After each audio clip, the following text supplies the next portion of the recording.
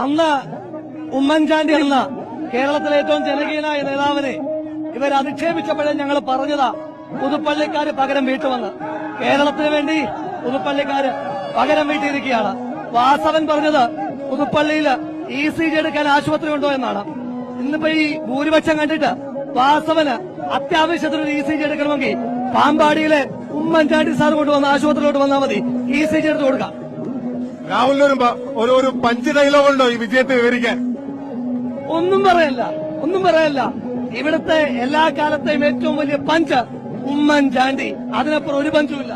സർക്കാരിന്റെ വിലയിരുത്തലാണോ ഭരണവിരുദ്ധ വികാരം ശക്തമായോ?